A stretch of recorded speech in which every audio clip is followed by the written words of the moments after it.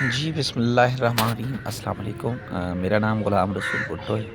میں تقریباً 5 سال سے اس فیملی کے ساتھ احتجاج کر رہا ہوں۔ میری وائف اور 2 بیٹیاں اور یہاں ہوئی ہیں، اور میرا بھائی قتل ہے، بہن اغوا ہے، زمینوں پہ قبضہ ہے، گھر وغیرہ سب کچھ لوٹے توڑے گئے ہیں، تقریباً 1 کروڑ کا نقصان ہو گیا ہے، لیکن پاکستان کے ادارے میری فریاد نہیں سن رہے ہیں۔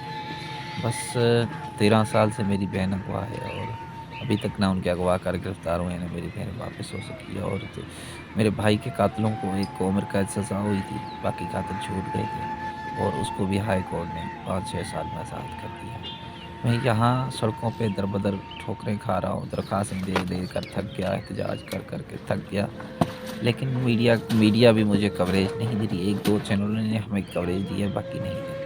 یہ بس باتیں اب چل رہی میں سوچ رہا ہوں کہ اس ملک کو چھوڑنا ہی پڑے گا، لیکن پہلے میں پاکستان کے سب اداروں کو درخواست دے دوں گا کہ بھائی مجھے میری فریاد سنی جائے 15 دنوں میں۔ اگر نہیں سنی گئی تو میں UNHCR میں درخواست دے گا، اقوام متحدہ میں، کہ بھائی ہم اس ملک کو چھوڑنا چاہتے ہیں، جس ملک میں اگر ایک عام آدمی کو مطلب جان مال کی کوئی قیمت نہ ہو، ویلیو نہ ہو، اس ملک میں رہنے کا کیا فائدہ ہے؟ اب یہاں سڑکوں پہ بارشوں میں یقین مانو ابھی بھی بارش ہو رہی ہے، لیکن کیا کریں، کہاں جائیں اس چھوٹی سی بچیوں کو لے کر؟ ایک جان کا خطرہ ہے، اور یہاں ہم مارے جا سکتے ہیں، ہمارے مسائل ہو سکتے ہیں، لیکن اگر انصاف لینا ہم خاموش ہو جائیں گے تو ہمارے ساتھ کسی اور کے ساتھ بھی یہ ہو سکتا ہے۔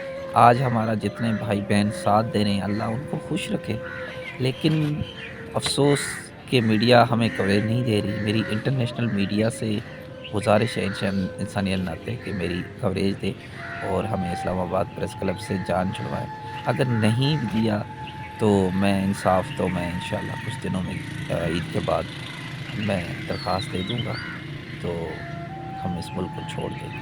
پاکستان میں رہنے کا کوئی فائدہ نہیں ہے اگر اس میں انصاف نہ ہو۔